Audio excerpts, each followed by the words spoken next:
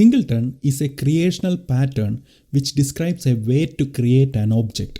The Singleton pattern is one of the simplest design patterns.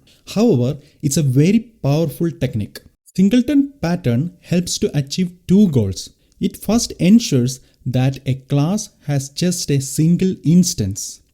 It also provides a global access point to that instance. In real life, we use Singleton pattern on a day-to-day basis. Yes, for example, a refrigerator or a washing machine which is being shared by the family members can be imagined as a Singleton pattern because there is only one object which is used by all the family members.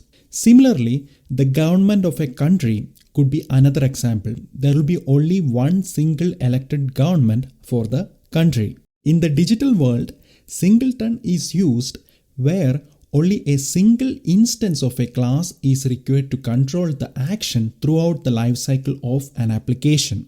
Common use cases of Singleton classes are for logging purposes, driver objects, caching, thread pools, database connections, and so on.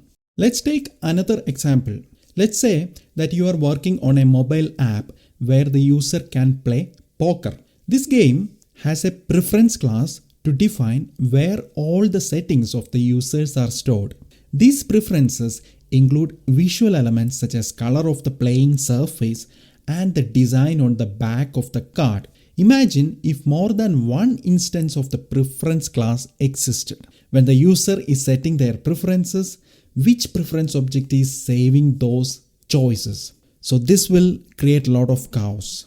So how can we implement Singleton? If you are working on a small project on your own, you may do this informally. After instantiating a class, you make a note or comment to yourself not to create another instance of the class, right? The problem is kind of solved. Yeah.